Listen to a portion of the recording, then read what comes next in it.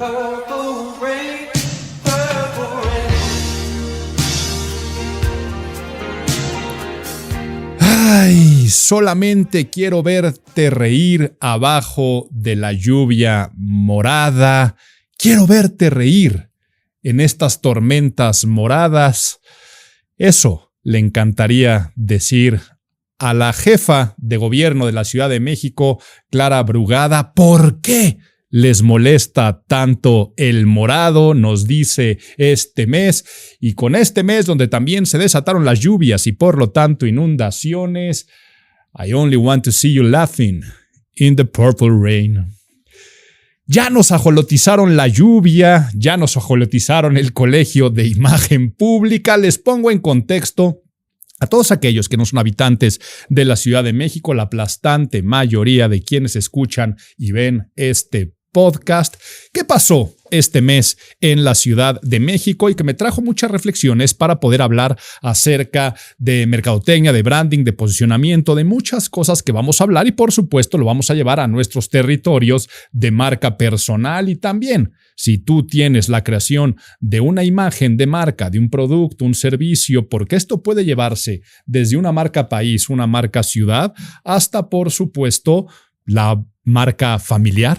Las familias también se convierten en una marca y, claro, hoy todos tenemos que tener nuestra marca personal, pero les digo que les pongo en contexto. A escaso mes de que empiece el Mundial, la Ciudad de México se empezó a pintar de morado y a llenarse de ajolotes.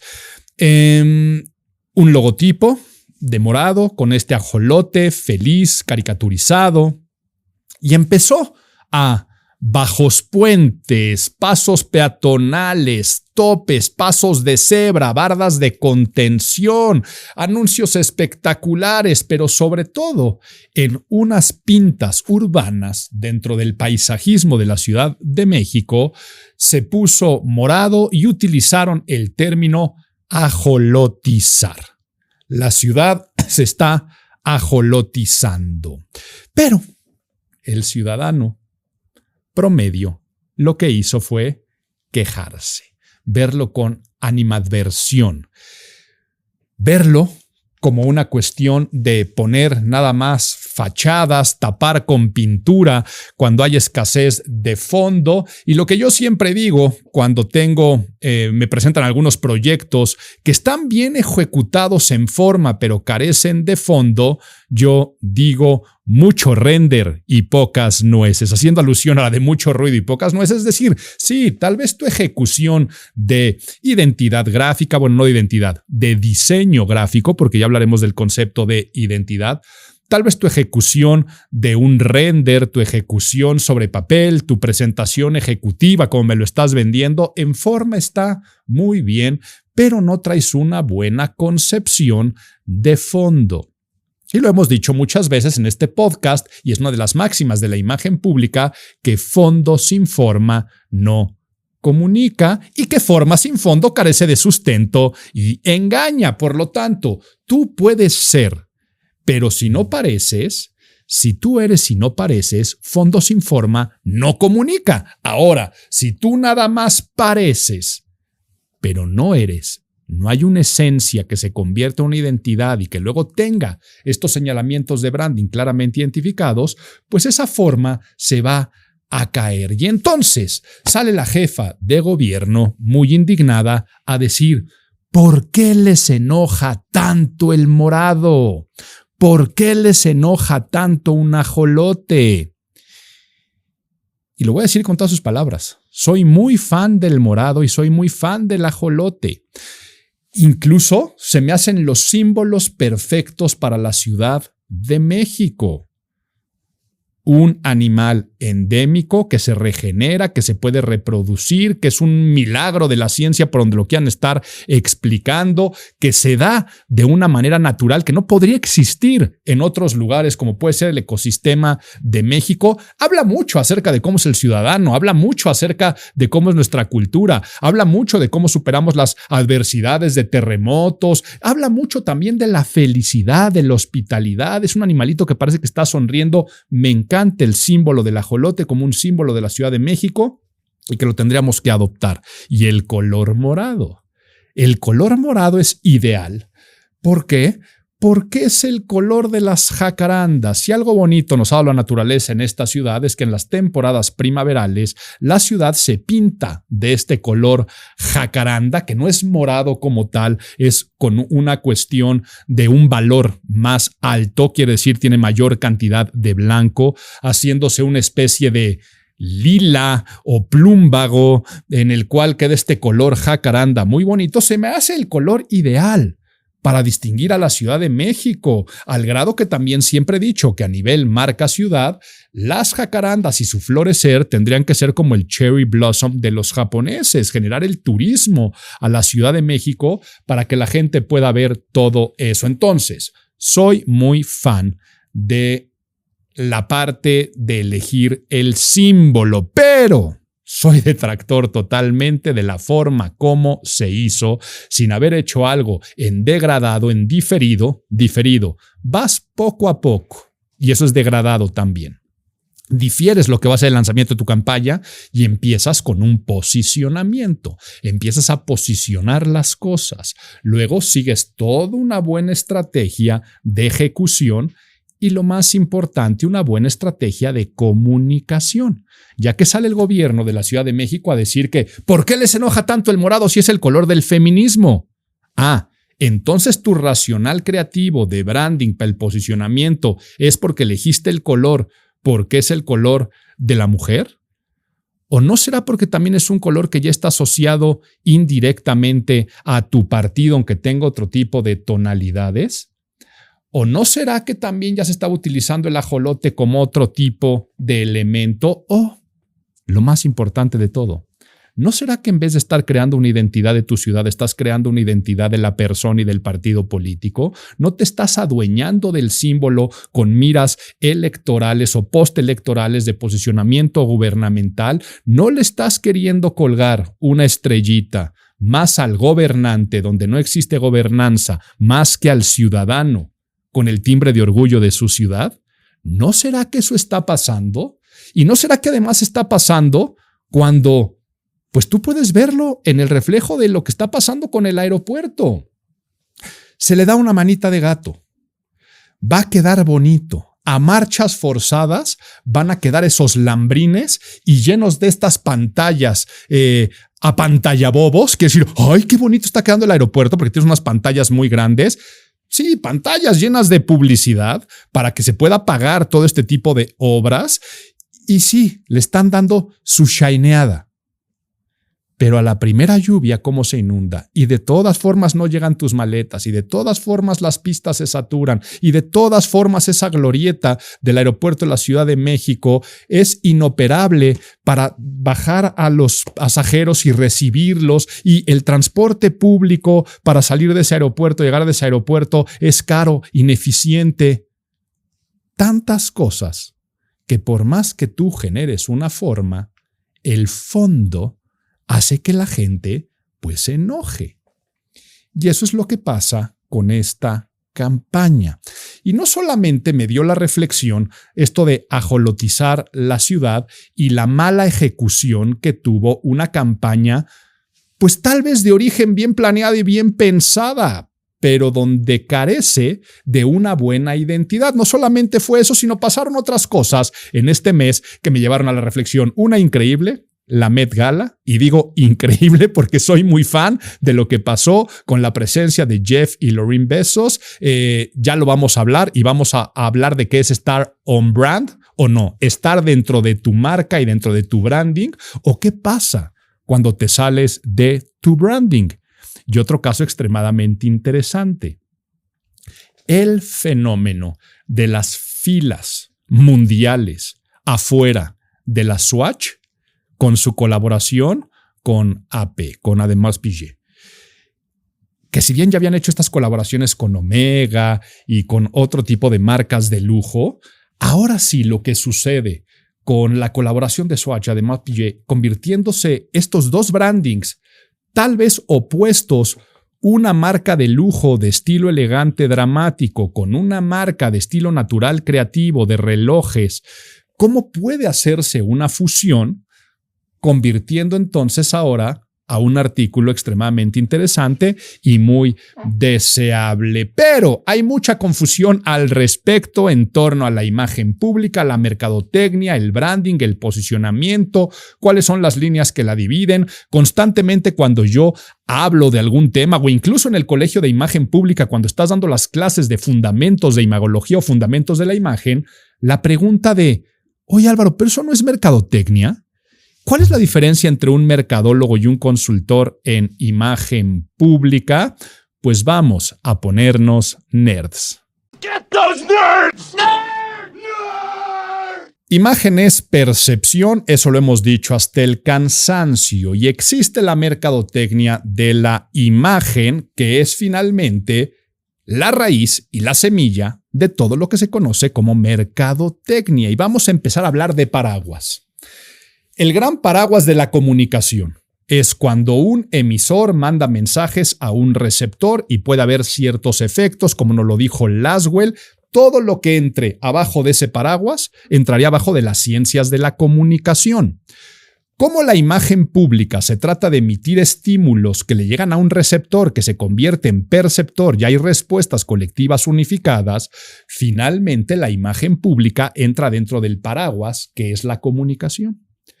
Ahora, dentro de ese paraguas que es la imagen pública, entran muchas ciencias encargadas de crear la percepción y por ahí puede estar el diseño gráfico o es más, el diseño y dentro del diseño el diseño gráfico o el diseño de interiores o la arquitectura de interiores, como pueden entrar algunas ciencias sociales como puede ser la semiótica, la sociología, otras de la psicología social, la psicología de muchos temas de la personalidad.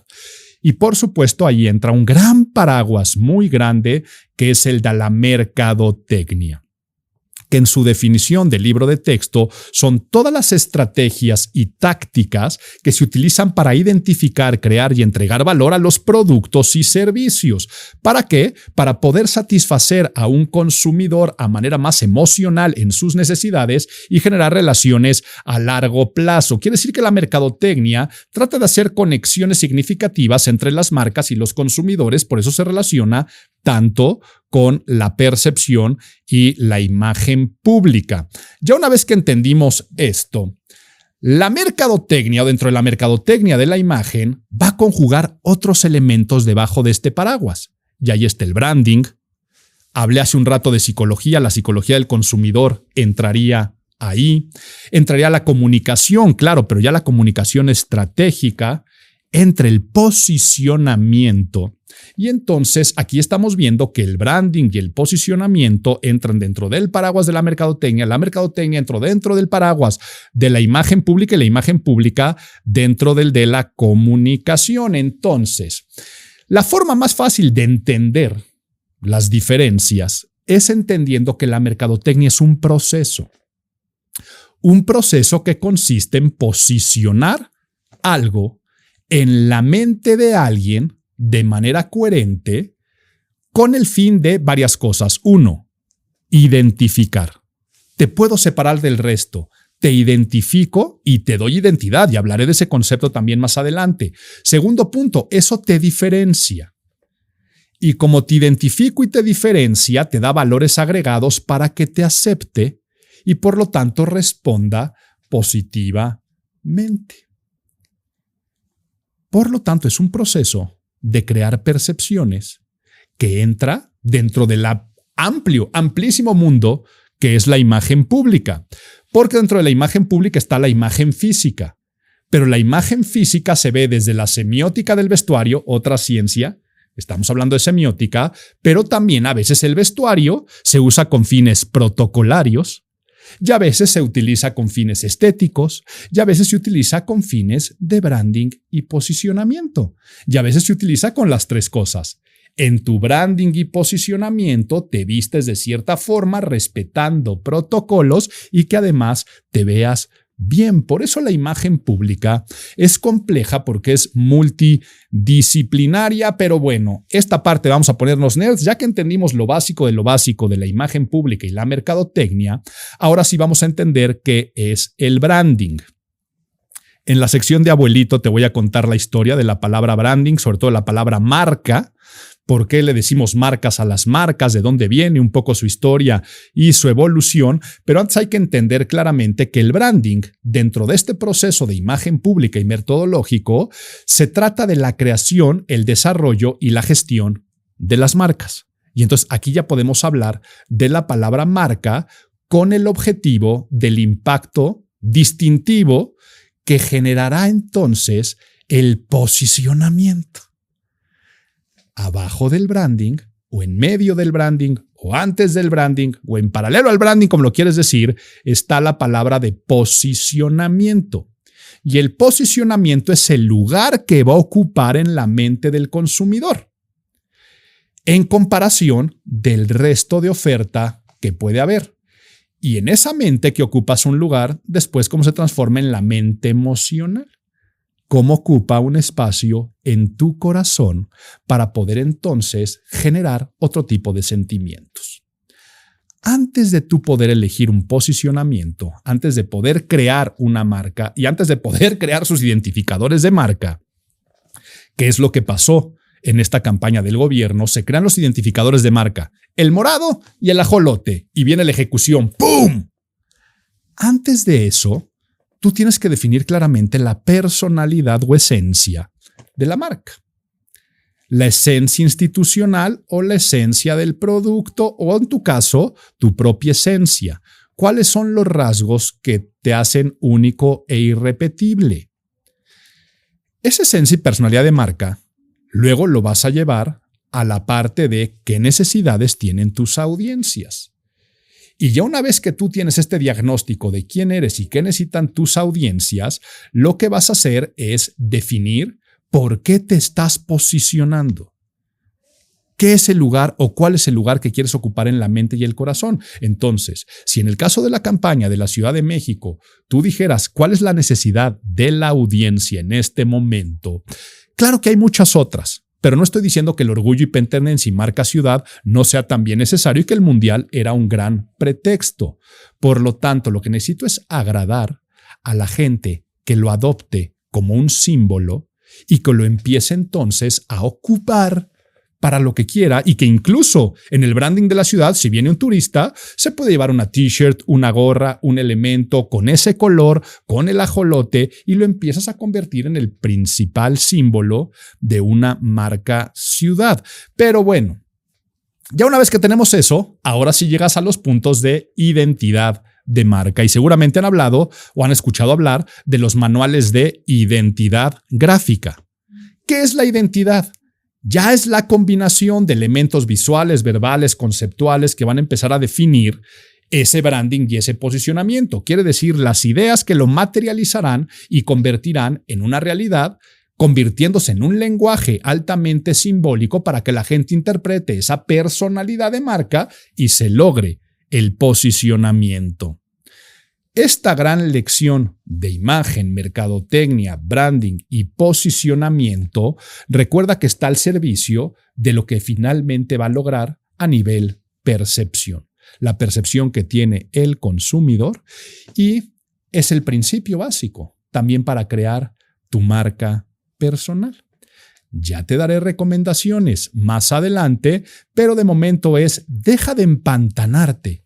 Y deja también de poner a pelear y a competir si esto es imagen o es mercadotecnia, si es branding, si es posicionamiento, si es identidad gráfica o identidad de otro tipo.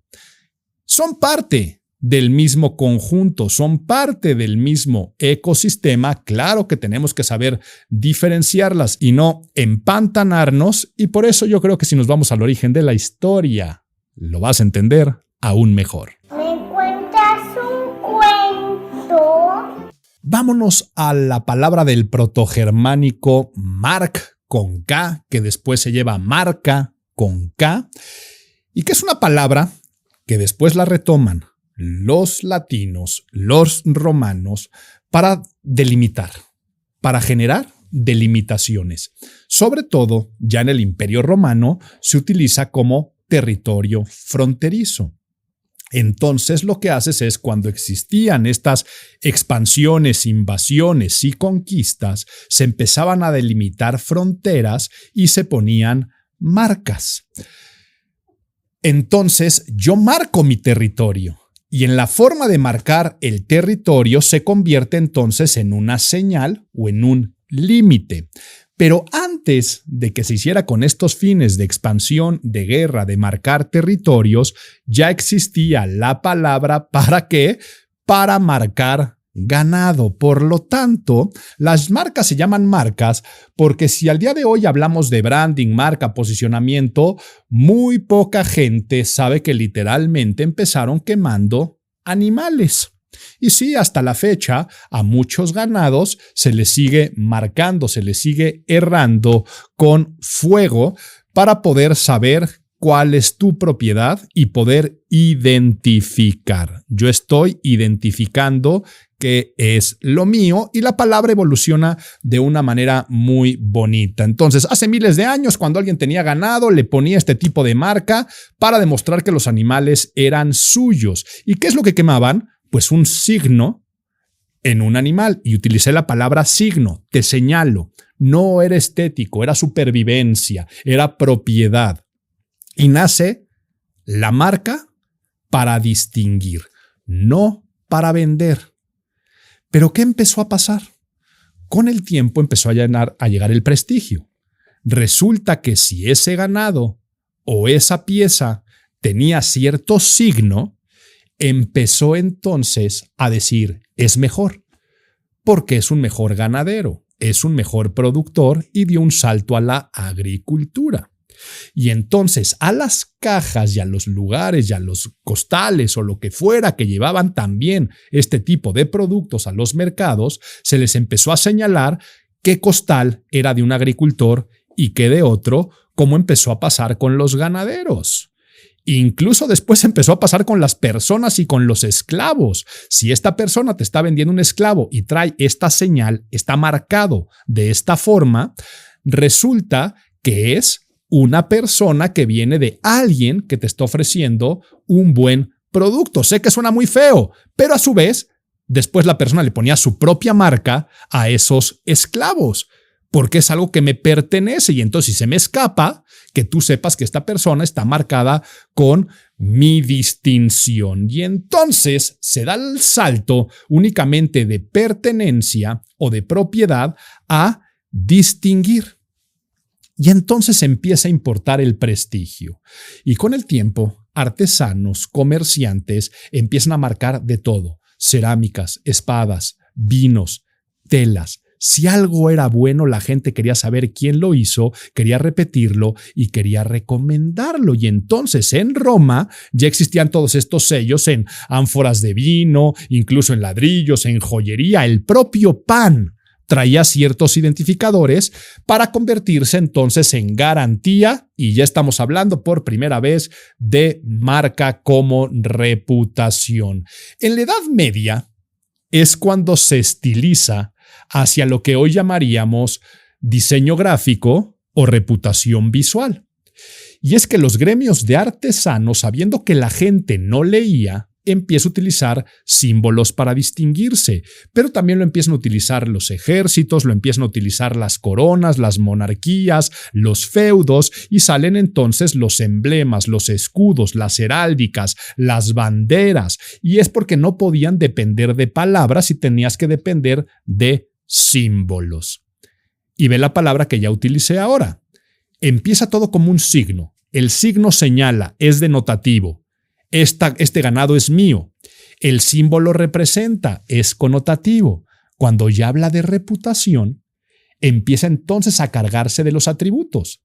Se carga de los atributos de un rey y entonces yo empiezo a tener este pensamiento simbólico de que tomo a un león porque representa a mi rey y yo me apropio de esas connotaciones que trae un león.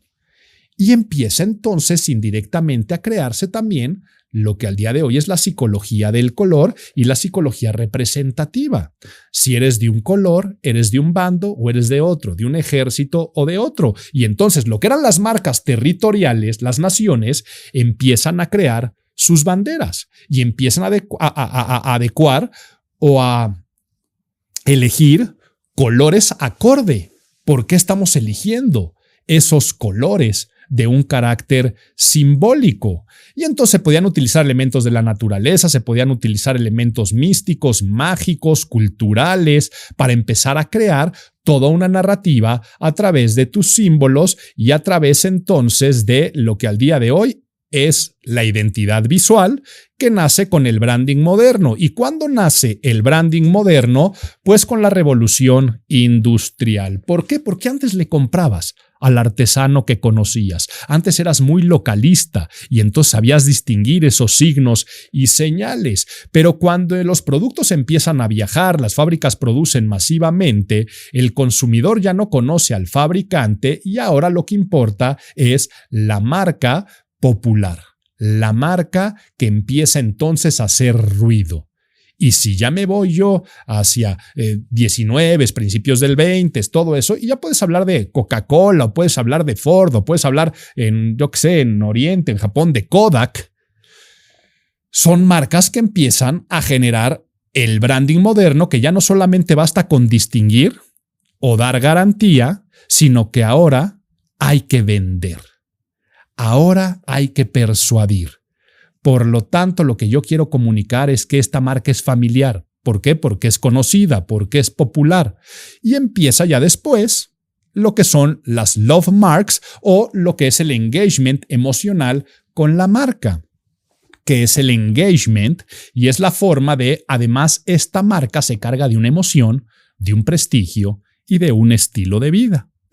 Como al día de hoy, utilizar Apple o utilizar Samsung te empiezan a hablar de diferentes estilos de vida, o lo que pasó ya en las épocas contemporáneas muy recientes con las marcas de lujo, que sin importar que el producto no tenga lujo como tal en su fabricación, se empieza a dar valor a lo que representa el producto a través de la marca y se convierte en una señal psicológica. Y ve qué interesante. Las marcas empezaron marcando ganado y terminaron marcando cerebros. Las marcas empezaron marcando productos y acabaron marcando a las personas y a los usuarios. Pero hoy todos somos una marca. Hoy todo tiene un branding. Hoy las empresas son marcas, las ciudades son marcas. Tú que me estás escuchando eres una marca y por lo tanto tienes que saber crear tu concepto de identidad. Y ahora sí, terminamos esta historia de abuelito, cuéntame un cuento y nerds con la doble función de la palabra identidad. Uno es la identificación a nivel signo, la que señala, la que te distingue de los demás, la que te da ciertos colores con algunos atributos y que genera esta personalidad de marca. Pero lo segundo es lo que genera una identidad representativa que generará lealtad, pertenencia, admiración, deseo y cualquier otro atributo emocional. Para que lo entiendas mejor, si hablamos de una... A ver, ¿qué te pongo de ejemplo? Porque ya hace un momento puse a Apple y también podría poner, por ejemplo, a Volvo. Pues una cosa es la manzana o el circulito con una flecha que representa a Volvo y se lo ponen a sus productos como si fuera ese ganado en la parrilla del automóvil o en la parte de atrás de tu teléfono te ponen esa manzana y otra cosa es lo que representan. Think different, piensa diferente, innovación, Apple. Volvo representa seguridad. Y entonces estamos creando la verdadera identidad de marca. Entonces, en un plan maestro de imagen pública, existen estos señaladores o marcas que generan identidad y que son muy importantes. Regresando al tema de la Ciudad de México, esos identificadores son el color morado y el ajolote.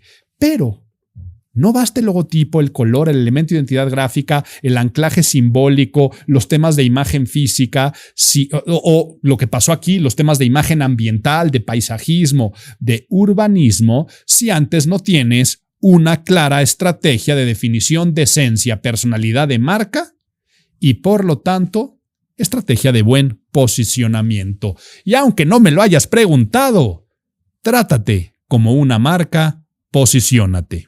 Nadie se preguntó, nadie se preguntó, nadie se preguntó. preguntó, nadie te preguntó. Saca lápiz y papel o inteligencia artificial de mayor comodidad para que puedas ir haciendo este checklist de la estrategia de posicionamiento siguiendo la ruta del diseño de identidad de marca. Vamos a crear tu identidad de marca y vamos a crear tu propia estrategia. Y vamos a crear tu propia estrategia de posicionamiento para poder ocupar esta batalla en el espacio de la percepción del público. Y lo puedes hacer dentro de tu propia empresa o compañía para la cual laboras. Hoy que estamos en el mundo de la creación de contenidos, que todos quieren ser influencers, tienes que empezar con una estrategia de posicionamiento. Pero si simplemente alguien por ahí te dijo, tienes que cuidar un poco más y trabajar en tu marca personal, ¿cuál es la ruta que yo tengo que seguir para poder ser recordado y diferenciado de mis competidores? Es esos anclajes que vamos a poder empezar a generar, esas identidades visuales, gráficas, de creación de contenido que vamos a poder después diseñar y producir, pero que antes tenemos que saber definir. Tengo que citar, por supuesto, a Al Ries y Jack Trout cuando dijeron que el posicionamiento no es lo que dices tú de tu marca, es lo que el consumidor cree de ella. Por lo tanto, si hablo de mi branding personal, yo, Álvaro Gordoa, mi posicionamiento no es lo que yo diga, es lo que tú crees que soy. Si tú estás escuchando este podcast, si has leído algunos de mis libros, si me sigues en el canal de YouTube, si algún día me reconoces por la calle, quiere decir que ya ocupo un espacio en tu cerebro. Pero ¿quién soy? A nivel marca personal, lo que tú crees que soy. Y ese es el posicionamiento. Reflexiona. ¿Qué creen tus audiencias de ti? ¿Qué espacio estás ocupando en la mente de los demás? Y lo puedes hacer desde lo micro. ¿Cómo estás posicionado en la mente de tu familia? ¿Qué crees que dicen de ti cuando tienen que describirte o decir cómo eres? Y pasa lo mismo en tu empresa. ¿Y en tus redes sociales? ¿Hay un posicionamiento claro? ¿Hay un diseño estratégico o una comunicación estratégica de posicionamiento? Por lo tanto, lo que tienes que hacer es seguir las 6 preguntas fundamentales para el posicionamiento. Estas 6 preguntas fundamentales son parte del plan de estudios del Colegio de Imagen Pública. ¿Para dónde? Para la materia de mercadotecnia de la imagen. En la materia de mercadotecnia de la imagen a nivel maestría se sigue en el plan de estudios esta metodología que no es que la hayamos creado en el Colegio de Imagen Pública, sino que la simplificamos de tantos libros, tantos textos que puede haber de branding y posicionamiento. Si tú respondes estas 6 preguntas fundamentales, vas a poder entonces generar tu estrategia, pero antes tienes que saber definir tu esencia.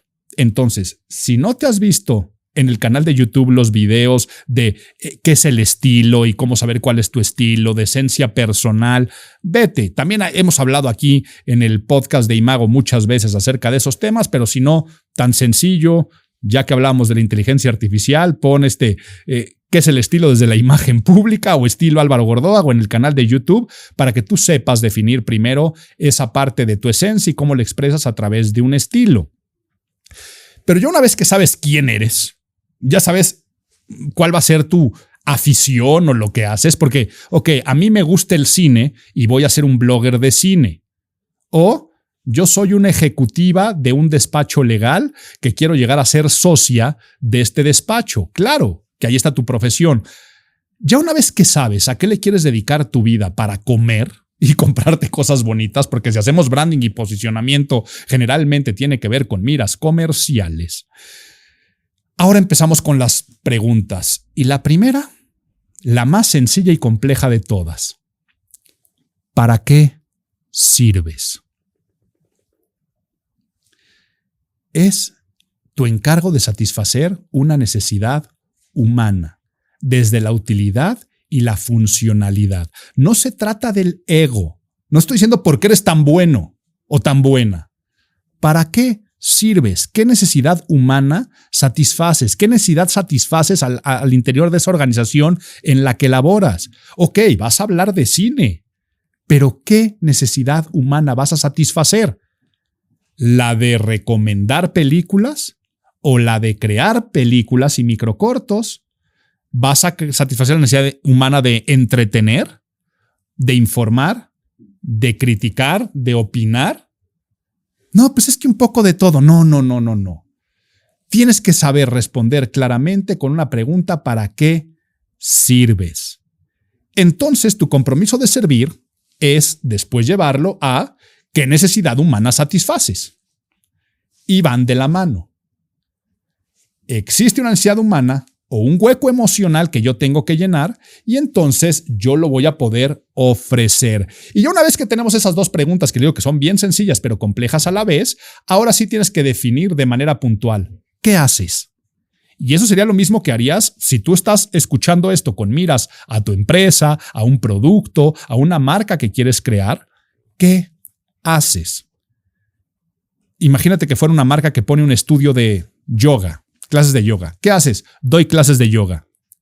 Sí, tú y cuántos más.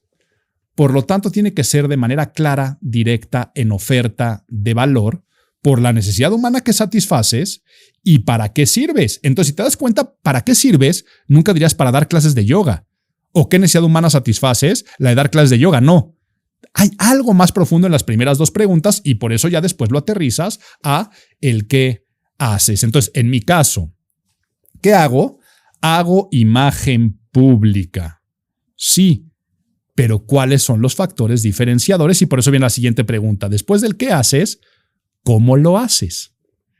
Y ahí ya te bajas al punto fino de tus procesos y lo que vas a ofrecer. ¿Cómo lo hago? A través de la consultoría, la capacitación y la enseñanza de imagen pública. En consultoría ofreciendo estos servicios y doy mi lista de servicios. En capacitación en el Colegio de Imagen Pública ofreciendo educación personal y a distancia, pero también lo hago a través de la creación de contenidos porque tengo un canal de YouTube, tengo redes sociales, tengo un podcast, a través de la divulgación de mi ciencia, a través de libros, a través de conferencias.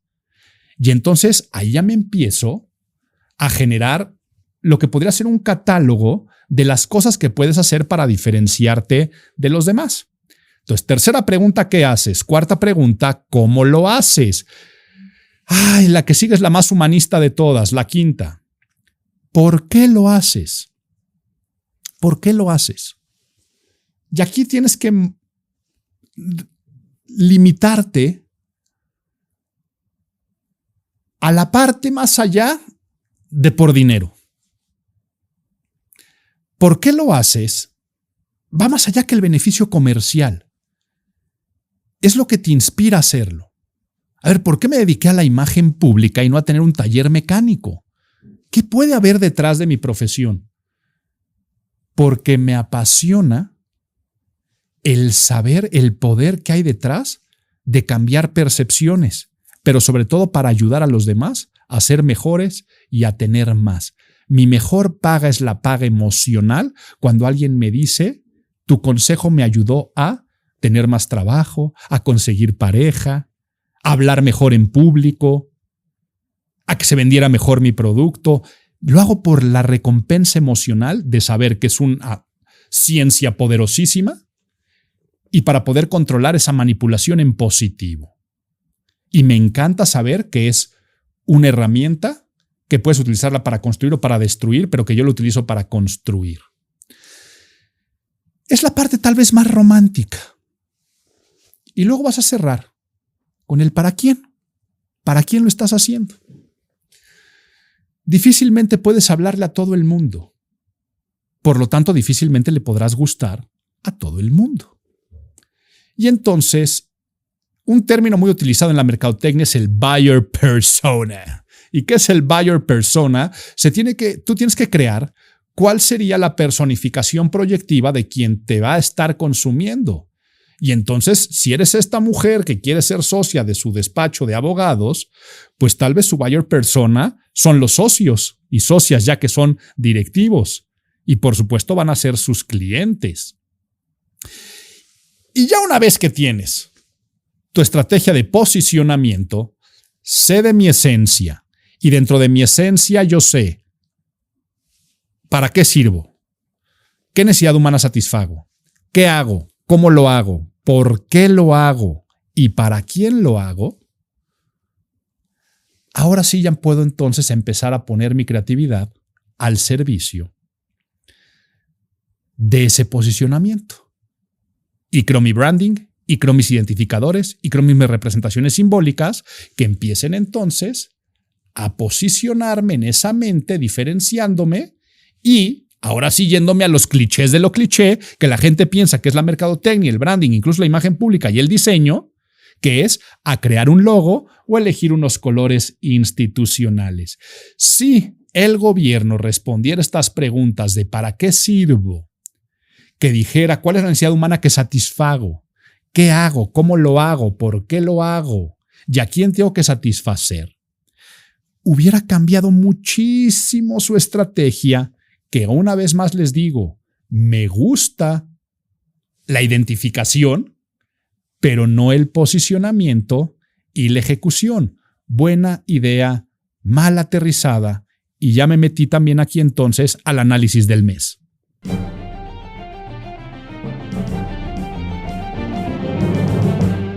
Y bueno, creo que ya hablé suficiente acerca de esto de ajolotizar y el color morado. ¿Por qué? Porque si hubieran salido de una manera poco a poco progresiva, poner el color por acá, poner el color para allá, aprovechando las jacarandas, murales de jacarandas, si la jefa de gobierno empieza a salir con estos colores y empezar a hablar de la jacaranda como identidad de la Ciudad de México, puedes empezar a decir, pero esto no tiene que ser temporal. Vamos a extrañar este color y cómo la ciudad se pinta de este color. Por esta razón, yo creo que esta planta nos da identidad. Y al ser parte de nuestra cultura endémica de esta ciudad, vamos entonces a utilizar este color para ustedes. Tiene que ser nuestro color, no el color de mi gobierno, no el color de una campaña mundialista. Tiene que ser nuestro color.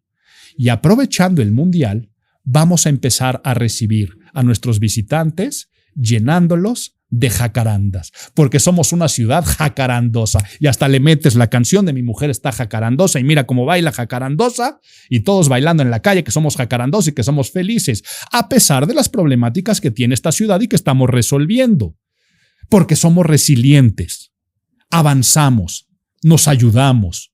Un video de cómo después de un sismo nos ayudamos y nos levantamos, nos regeneramos como el ajolote. Y entonces empiezas a crear tu narrativa y storytelling simbólico y posicionamiento. Y ya después creas piezas de brandings, de merchandising, inteligentes. Y entonces cuando llega el momento de vamos a hacer una campaña mundialista, en vez de vamos a ajolotizar la ciudad, es vamos nosotros a ajolotizarnos.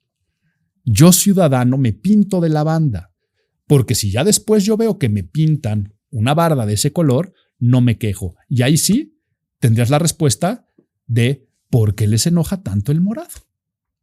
Porque se hizo invasivo, se hizo sin un storytelling, sin una narrativa, se hizo sin un degradado, sin un poco a poco, y además se hizo en una coyuntura de cierto encono y hartazgo por cosas que están sucediendo en esta ciudad. Soy un enamorado. Espero que el símbolo permanezca, evolucione, porque se me hace muy atractivo. Si a mí como consultor en imagen pública me hubieran contratado para que tenemos que crear un color de la ciudad y un logotipo o algo representativo de la ciudad, me gusta decir que hubiera llegado a la jacaranda y hubiera llegado al ajolote. Me encanta como símbolo. Desafortunadamente, cuando las cosas se hacen mal, los símbolos se cargan de connotaciones negativas. Y es lo que ya me está empezando a pasar a nivel chiste, como, ya ajolotizaron el colegio de imagen pública. Álvaro, ¿por qué vienes tan ajolotizado? Es lo que me está diciendo de chiste últimamente la gente. Y claro, el colegio de imagen pública escogió un color, pero de una forma con un posicionamiento muy diferente, que lo he explicado en otros lugares y no es momento de explicarlo, pero les decía que había otro tema muy interesante. La Met Gala, el evento non plus ultra de la industria de la moda.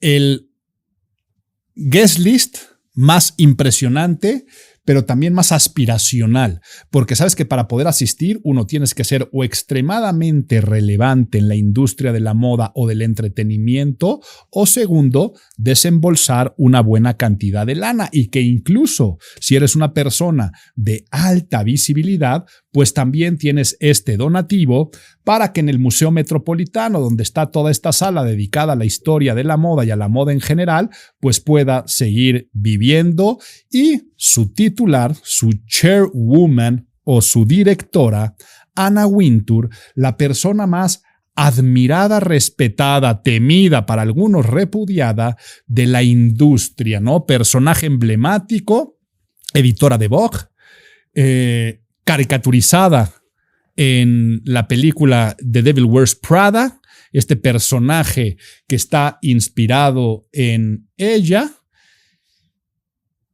Y la Met Gala entonces tiene este halo de sofisticación, de prestigio, de glamour, de ser extremadamente nice, pero ahora resulta que yo te aviento muchos millones de dólares por adelantado para que yo, pero sobre todo mi esposa, seamos honorary co-chairs, o sea, somos también directivos honorarios. Y en la foto tiene que salir Anna Wintour con Lorraine Sánchez haciéndole reverencia. Se convierte entonces en el circo de los multimillonarios y en la apropiación de una marca y en la pérdida de la esencia y la identidad, porque no está on brand.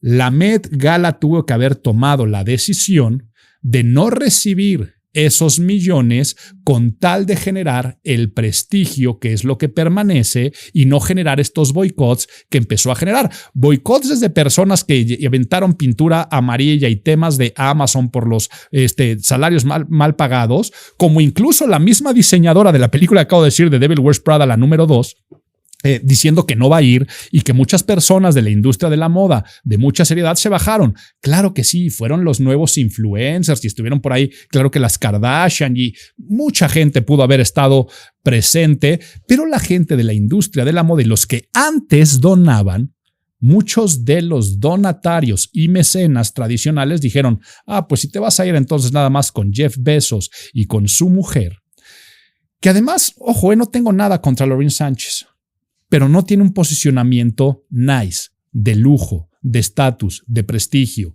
de glamour. Al contrario, el posicionamiento es mucho más acerca de arribista, oportunismo, gold digging y tantas frases que no las digo yo. Es un posicionamiento en la mente con la historia de esta pareja, lo que fue su boda, lo fastuoso, su propia imagen física, su propio culto o cultura en torno a las cirugías estéticas, y todo esto que se considera mucho más barato contra lo que supuestamente es la Met Gala, hace la parte entonces de la dicotomía de entre el dinero y el glamour. Y entonces la Met Gala empezó a llenarse de apodos despectivos, y en X y en muchas redes sociales el Amazon Prime Gala, el Bezos Ball y todo lo que la gente empezó a llamar.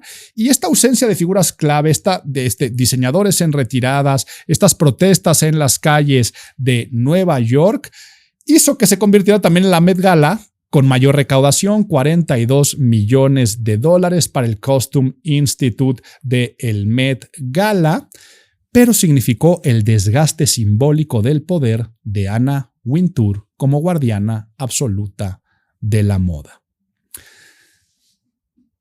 Regreso a mi persona y a mi branding personal. ¿Por qué normalmente no ves fotos cuando yo vacaciono? Sabes que soy amante de la música porque el propio podcast el último mes del año se convierte en mis recomendaciones musicales, o tengo mi sección de Imago Music. Pero ¿por qué no subo fotos cuando voy a conciertos? ¿Por qué soy tan celoso de mi vida privada? Mi pareja, mi familia, mi casa, muchas cosas que me rodean. ¿Por qué en este momento tal vez yo puedo estar de la cintura para arriba de una forma y tú no sabes si de la cintura para abajo estoy de otra. Porque lo que muestro está on brand. Tengo un posicionamiento para que tú creas que todo el tiempo soy consultor en imagen pública, rector del Colegio de Imagen Pública, autor de los libros de los que soy autor y creador de este tipo de contenidos. Pero claro que soy un ser humano.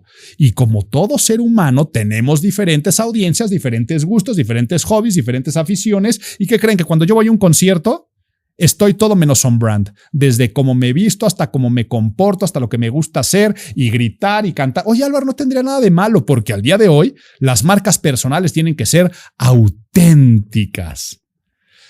¡Ay, esa trampa de la autenticidad! No caigan en estas cuestiones de decir, no, es que ahora es parte del branding personal mostrar algo de tu vida privada. Si eso de tu vida privada está on brand, hazlo. Y entonces, ¿qué me pasa a mí? A mí no me gusta la palabra influencer, creador de contenido, nada de ello, aunque sé que creo contenidos y me gustaría ser una persona de influencia con lo que digo.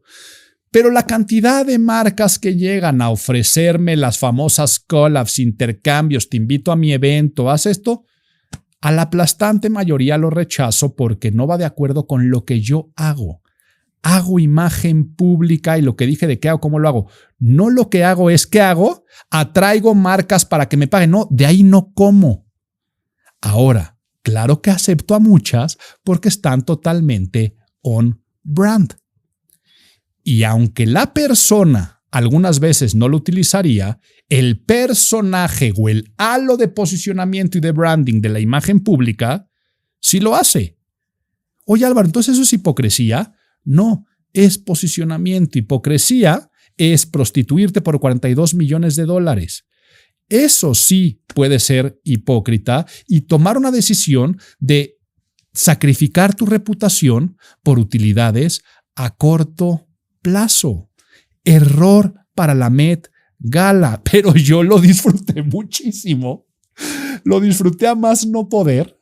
Porque puedo restregarle a tantas personas que viven y se desviven por ese evento y por la Met Gala y tantas personas que quieren estudiar nada más temas de fashion y moda porque aspiran a la Met Gala, de darse cuenta que finalmente todo tiene un precio y que sigue siendo un negocio y que la industria de la moda no tendrá ni el menor empacho en que le importe poco su audiencia con tal de capitalizar. Y eso mismo pasó con muchas marcas. ¿Qué le pasó a Christian Dior? ¿Qué le pasó a Gucci? ¿Qué le pasó a Louis Vuitton? Ahora ya tienen un nuevo posicionamiento y tal vez a nivel negocio les ha funcionado, pero sacrificaron su posicionamiento inicial por unas monedas. Ahora, Álvaro, es lógico, son parte de grandes conglomerados, sí, pero antes no lo eran. Antes eran estos diseñadores o estas marcas familiares independientes. Llegan los conglomerados de la gran industria, empiezan a cotizar y entonces lo que empiezan es a reposicionar en función de un dinero. Y no estoy diciendo que eso sea negativo. Estoy diciendo que no le importa el público. Entonces, la analogía de la Ciudad de México y la ajolotizada, ¿estás viendo por tus intereses personales y partidistas o estás viendo por tu público? Y cierro con el último análisis del mes, donde se hace lo improbable, pero de manera inteligente. Y es la colaboración de Swatch con la alta joyería. Entonces, ¿de qué se trata? Se trata de que gente que no puede tener el acceso a ese tipo de relojes, no puedo comprarme un Omega y mucho menos uno de Mars Piguet, puedo comprar el símbolo y comprar también el trend. Y entonces, en una estrategia muy interesante de copertenencias y cotitulares, porque ahí se está utilizando también la parte de el recurso comercial, ganan ambas marcas muchísimo dinero. No ves las colas afuera de AP, porque ahí no te van a vender el Swatch. La ves afuera de Swatch porque está haciendo esta colaboración para poder tener su marca. y los dos se quedan on brand. Bien interesante. He generado mesas, foros de discusión, pláticas de sobremesa y por supuesto que hemos llegado a esta cuestión de que es improbable, ¿no? Si nosotros hubiéramos dicho en papel, si tú eres Audemars Piguet, o sea, porque decíamos cosas, ¿y Rolex haría alguna colaboración con Swatch? ¿Cartier? Y decíamos, Cartier tal vez, Rolex no creemos. Y es que Rolex es de estilo elegante, aunque sea llamativo por la marca, sigue siendo de los lujos silenciosos. Me refiero a que toda la gente ubica que es un Rolex, pero no es. Y los AP sí. AP sí se convirtió en grande, pesado, que la gente sepa cuánto vale. Se convirtió más en una marca del influencer, del facturero, de la persona que sí quiere decir yo tengo el poder adquisitivo, tengo el dinero, de la nueva riqueza. Rolex no. Entonces lo que decíamos es, sería un error que Rolex hiciera este tipo de colaboraciones, pero Audemars Piguet sí es algo positivo, porque los colores más llamativos, y entonces hablamos de Omega y alguien dijo, a ver si Rolex no nos cierra la boca y Swatch haciendo esto. La verdad, no hay tantas ligas comerciales, pero no me pierdo en torno a esto. Hemos llegado al final de este mes de mayo. Seguramente habrá mucho que analizar el próximo mes y próximos meses con la edición del Mundial de Fútbol, que cuando se analiza desde el punto de vista de la imagen pública, se le da una lectura contextual y también de branding en torno a marcas, países, porque no solamente son jugadores representando a equipos privados, sino que ahora se convierten en representantes y titulares de marca país y siempre pasan cosas que dan de qué hablar y con los anfitriones hay países que han salido ganando muchísimo en imagen pública y en identidad después de un mundial y otros que han perdido mucho e igual las personas que gobiernan. Ya lo analizaré en otros momentos, como Dilma, cuando el Mundial de Brasil es cuando prácticamente pierde toda su popularidad, porque además vino un gran fracaso de la selección, y como otros casos que incluso son escabrosos, ganaron mucho en su posicionamiento y en sus movimientos desastrosos. Ya sabes tal vez de qué estoy hablando, pero no spoileo. Cuando un mundial se hace en tu país. Pero qué bueno que nos dan pilón.